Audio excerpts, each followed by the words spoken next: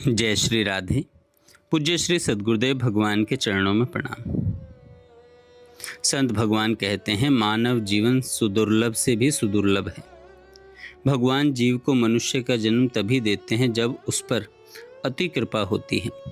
भगवान यह सुदुर्लभ अवसर इसलिए प्रदान करते हैं ताकि जीवात्मा जो उनसे बिछुड़कर असीम दुख सागर में गोता खाता रहता है, माया के विषय जाल में फंसकर सारी जिंदगी बेकार के कर्मों में खर्च कर देता है, इस भव सागर से निकल सके और उनकी गोद में आ सके। भगवान ने बिना किसी कारण जीव पर कृपा की और उसे अपने पास बुलाने का सुअवसर दिया, परंतु दुर्भाग्य जीव ने इस अति दुर्लभ अवसर को भी गंवा दिया। अब जब उसने सुदुर्लभ मनुष्य जीवन गंवा दिया तो अपनी सूक्ष्म देह को लेकर वह करोड़ों युगों तक 28 प्रकार के नरकों का भोग भोगेगा। ऐसे नरक जहाँ दुखों का कोई अंत नहीं है। करोड़ों युगों तक नरक भोगने के बाद वह 84 लाख योनियों का भोग करेगा। अनंत कोटि युगों तक इन 84 लाख योनियों का भोग करता रहेगा। जरा विचार करो कि 28 प्रकार के नरक तथा 84 लाख योनियों को भोगने में कितना समय लगेगा। अरबों खरबों वर्ष व्यतीत हो जाएंगे। इतने समय के बाद भी कोई गारंटी नहीं है कि जीव को मनुष्य की योनि उपलब्ध हो।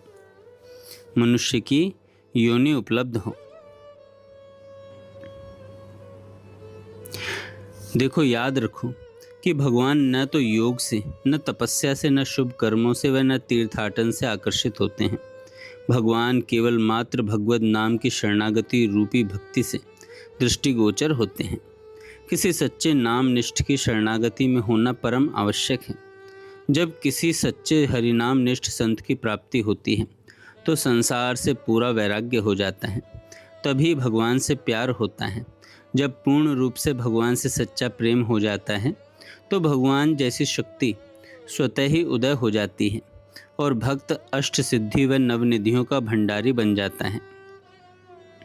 सज्जनों, इस कलिकाल में भगवत प्राप्ति बहुत ही सरल है, सुगम है। इस कलयुग में भगवान बहुत शीघ्र मिल सकते हैं। इसी जन्म में भगवान की प्राप्ति हो सकती है। इसी युग में करोड़ों मनुष्यों में से कोई एक जो बहुत सुकृतशाली होता है वही भगवान को चाहता है। इस युग में सच्चे मन से भगवान को चाहने वालों की कमी है। श्रीमद् भागवत पुराण के जय विजय के प्रसंग में भगवान ने कहा कि मेरा भक्त ही मेरा आराध्य देव है। अपने भक्तों के बिना मेरा मन लगता ही नहीं। जरा विचार करो, सोचो, हमारे भक्त वत्सल भगवान कितने दयालु हैं। वे अपने दोनों हाथ फैलाए खड़े हैं और जीवों को बुला रहे हैं। वे कहते हैं, हे मेरे पुत्र, तू मुझसे बिछुड़ गया है, अब मेरे पास वापस आ जा, मेरी गोद में आ जा और सदा सदा के लिए मेरे पास एक नित्य आनंदमय व दिव्य जीवन का आनंद प्राप्त कर। भगवान अपने पुत्र जीवात्मा को लेने के लिए तत्पर हैं, तैयार हैं, अपनी बाहें फैलाए खड़े हैं, पर दुर्भागा जीव उनकी ओर देखता भी नहीं और भवसागर के गर्त में गिरता जा रहा है। कैसी विडंबना है, कितनी मूर्खता है। धर्म ग्रंथों में अनेकों प्रसंग ऐसे मिलते हैं जिससे मनुष्य को शिक्षा मिल सके। यहाँ पर भी एक हृदय स्पर्शी मार्मिक प्रसंग दिया गया है। ध्यान से सुनो। जब रावण लंका का राजा था, उसी समय भारतवर्ष के उज्जैन में एक बहुत धार्मिक राजा था जिसका नाम था चकवाबैन। हो सकता है आप में से किसी ने यह नाम सुना भी हो। रावण बहुत अहंकारी था।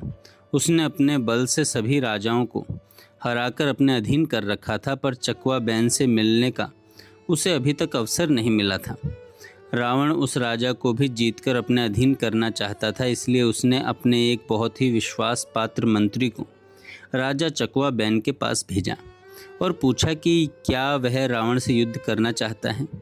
रावण का मंत्री महाराज चकवाबैन के राज्य उज्जैन में आ गया और उसने वहाँ के निवासियों से उसके रहने का ठिकाना पूछा। किसी ने कहा कि इस समय तो राजा अपने खेतों में काम कर रहा होगा, वहाँ चले जाइए। मंत्री पूछते पूछते खेतों में आ गया और वहाँ जाकर उसने देखा कि एक आदमी खेतों में खड़ी फसल को पानी दे रहा है। रावण के मंत्री ने सोचा, शायद यह कोई किसान है, चलो इसी से राजा का पता पूछते हैं। मंत्री ने कहा, राजा चकवाबैन कहाँ मिल सकता है? राजा ने पूछा, तुम्हें चकवाबैन से क्या काम है? मंत्री ने कहा कि मुझे जो काम है वह मैं राजा को ही बताऊंगा, आपको नहीं। तब राजा ने कहा, मैं ही चकवाबैन हूँ, बताइए मैं आपकी क्या सेवा कर सकता हूँ? मंत्री ने कहा, राजा रावण आपसे युद्ध करना चाहते हैं, आपकी क्या राय है? ठीक है, आप मुझे लंका का नक्शा बनाकर दिखाओ, राजा ने कहा मंत्री से। मंत्री ने जमीन पर लंका का नक्शा बना दिया और चकवाबैन ने एक पत्थर से लंका की 4 दीवारी की एक दीवार पर पत्थर मारा और कहा कि अहंकारी रावण को जाकर वह दीवार दिखा देना जो मेरे पत्थर मारने से लंका में सचमुच में गिर गई है, और कहना कि जब चाहे रावण मुझसे युद्ध कर ले। मंत्री जब लंका वापस पहुंचा तो उसने देखा 4 दीवारी की एक दीवारी सचमुच गिरी पड़ी है। जब मंत्री ने सारी बात रावण को बताई तो रावण हैरान रह गया। उसके पैरों के नीचे से जमीन खिसक गई। वह सोचने लगा कि जो आदमी इतना दूर बैठा मेरी लंका की 4 दीवारी पत्थर मारकर गिरा सकता है, वह क्या नहीं कर सकता।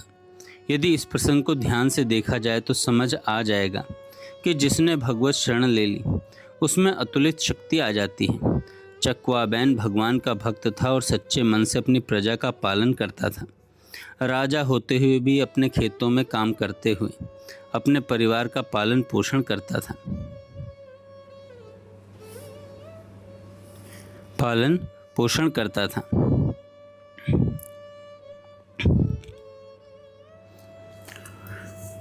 शास्त्रों में हरिनाम के बारे में लिखी एक बात सत्य है, सिद्ध है। कोई भी जीभ से हरिनाम करके उसको आजमा सकता है। प्रत्यक्ष को प्रमाण की आवश्यकता नहीं होती। यदि इसी जन्म में भगवान की प्राप्ति करना चाहते हो तो हरिनाम की शरण में आ जाओ। मुख से उच्चारण कर, कानों से सुनकर कम से कम 1 लाख हरिनाम नित्य प्रति करो। आपका जीवन ही बदल जाएगा। आपका दुखों का संसार समाप्त हो जाएगा। हरिनाम के बिना जीवन बेकार है और हरिनाम करने में ही सर्वोत्तम लाभ है। यदि यह मौका चूक गए तो पछताने के सिवा कुछ भी हाथ नहीं लगेगा।